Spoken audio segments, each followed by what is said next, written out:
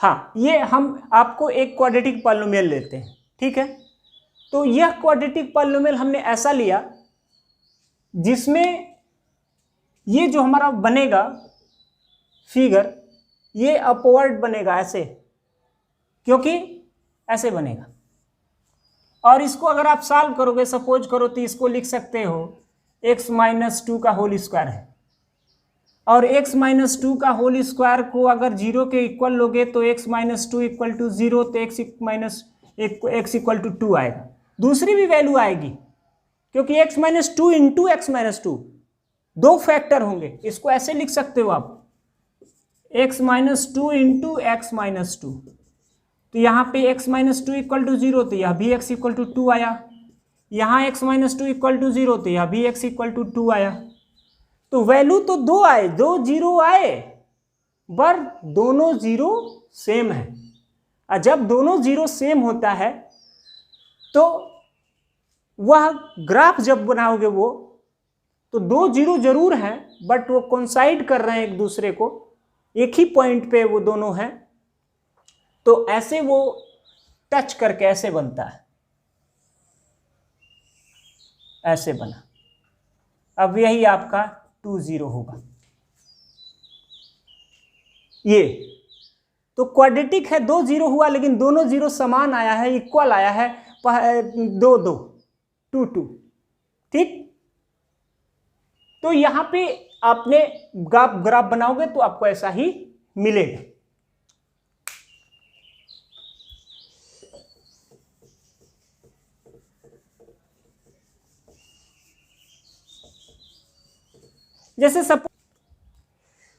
जैसे सपोज करिए आपने ले लिया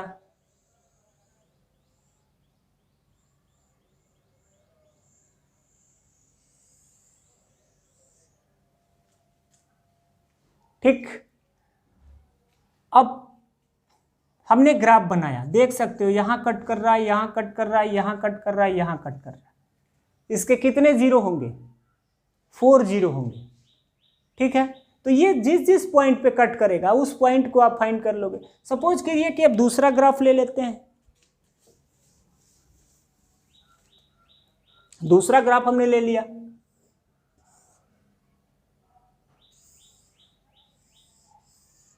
ऐसा बन गया। इसके कितने जीरो हैं? तो देख सकते हैं 1 2 3 जीरो आया इसका, 3 पॉइंट पे कट कर रहा है। सपोज करो हमने कोई एक ऐसा ग्राफ ले लिया, या बना हमारा बनाए तो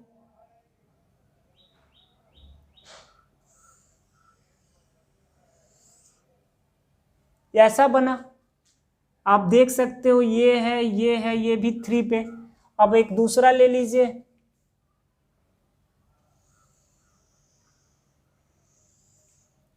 ऐसा बना। ध्यान दे सकते हैं इसमें कितने जीरो आए? 2 जीरो आया। अगर ये क्यूबिक इक्वेशन है, ये तो क्वाड्रेटिक है नहीं, क्योंकि ये क्यूबिक ही होगा। बट आप देख रहे हो कि क्यूबिक है, फिर भी 2 ही जीरो आया। तो 2 जीरो इसलिए आया कि एक यह पॉइंट जो जीरो मिला, और इस यह दो जो जीरो आया है, वो 2 जीरो आए होंगे जो कोइंसाइड कर रहे हैं एक दूसरे को। तो इसलिए यहां पे ये पॉइंट और ये पॉइंट 2 जीरो हुए, और 2 जीरो आपस में इक्वल होंगे। तो इस तरह से आप ग्राफ से आपने सीखा कि कैसे हम जो है जीरो फाइंड करते हैं। अब हम रिलेशन सीखेंगे, relation between zero and relation between zero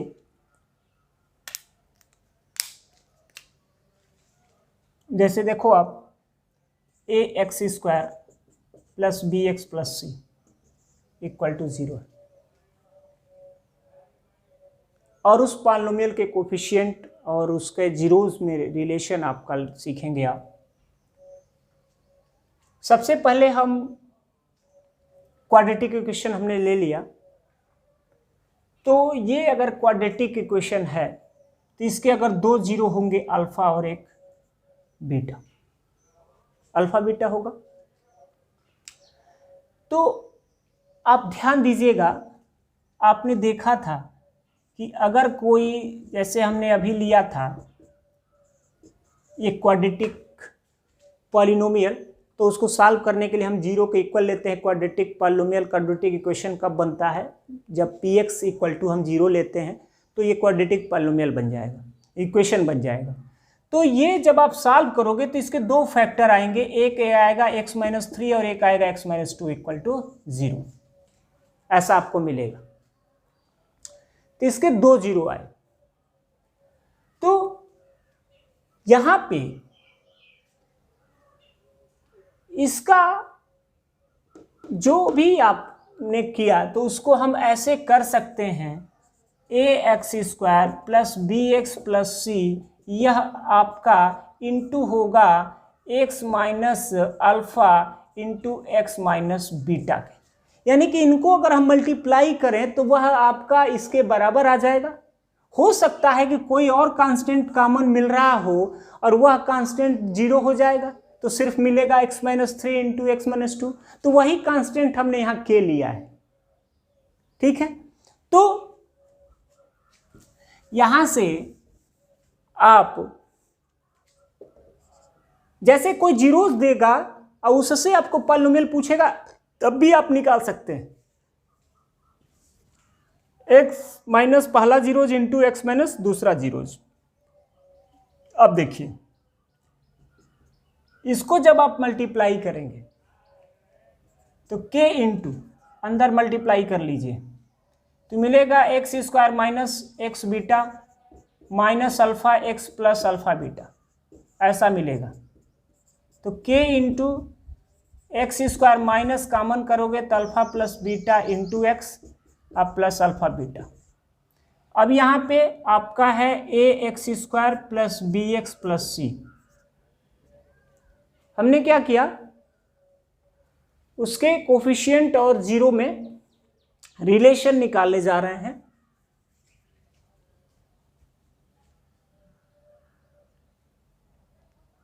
देखें आप, अब यहाँ पे ax² है, इक्वेटिंग कर दे रहे हैं।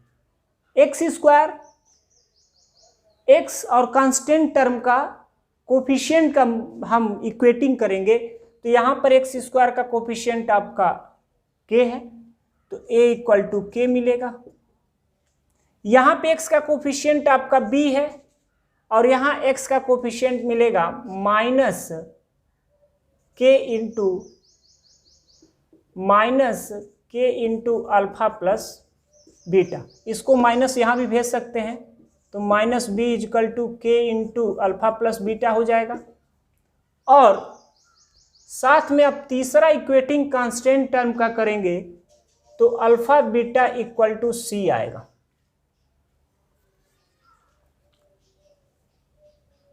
अब आप ध्यान दीजिएगा, सॉरी c नहीं ck आएगा, क्योंकि ये k से मल्टीप्लाई भी तो करना है। आपने k को हटाना है, यहां पर ध्यान दीजिएगा, हम इसको डिवाइड कर दे रहे हैं, तो 1 1 2 3 from equation first and second.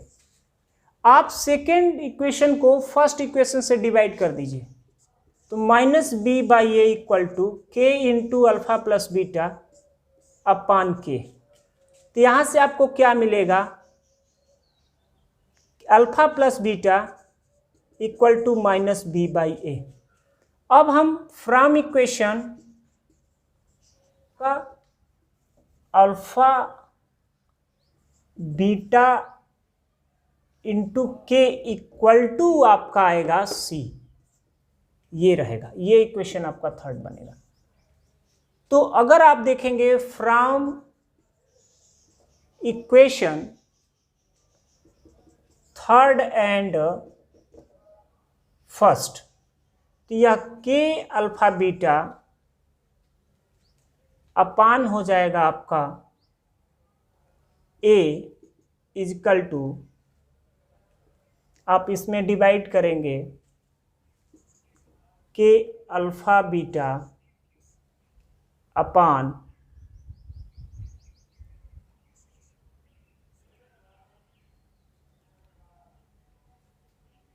Is equal to c by ए।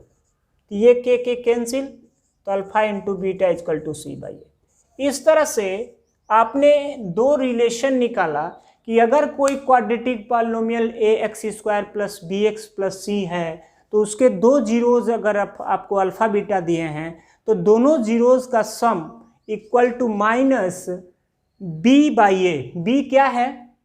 तो एक्स का कोफिशिएंट है, उसको हम दूसरे तरीके से ऐसे भी लिख सकते हैं,